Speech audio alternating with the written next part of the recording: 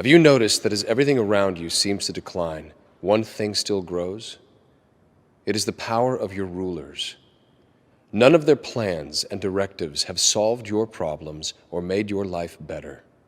The only result has been their increased control over you at the cost of your freedom.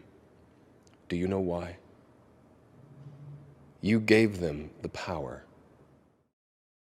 Dashboard and how it's set up myself as far as how we get information out to the community on meaningful numbers. We do that on a weekly basis. So that's on our website, and we've been sharing that through social channels as well, particularly those graphics that show the number of patients in-house, the percentage of them that are unvaccinated, the percentage of unvaccinated people in the ICU, and the percentage of deaths and the numbers.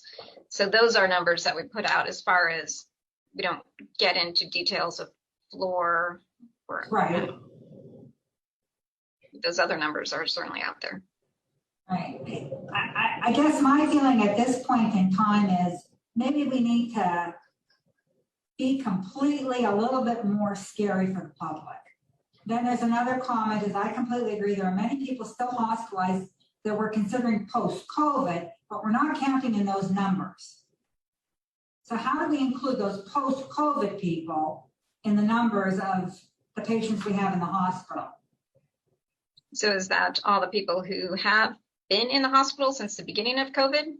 Well, or that are still in it, and that's something that I can take to someone else. But I think those are important numbers, the patients that are still in the hospital, that are off the COVID floor, but still are occupying the hospital for a variety of reasons. Okay. Carolyn, we call those, I'm sorry, we're calling those recovered now. If you look at the Novant Health dashboard, they're listed as recovered.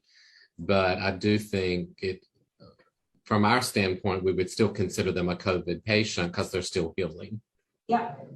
So I think that needs to be highlighted as well. Yeah.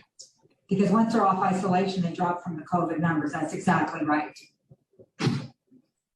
Kellen, we can talk offline and how we run that up to marketing. And right. So I'm just going to say, Carolyn, I think we have to be more blunt. We have to be more forceful. We have to say something coming out. You know, you don't get vaccinated, you know you're going to die. I mean, let's just be really blunt to these people.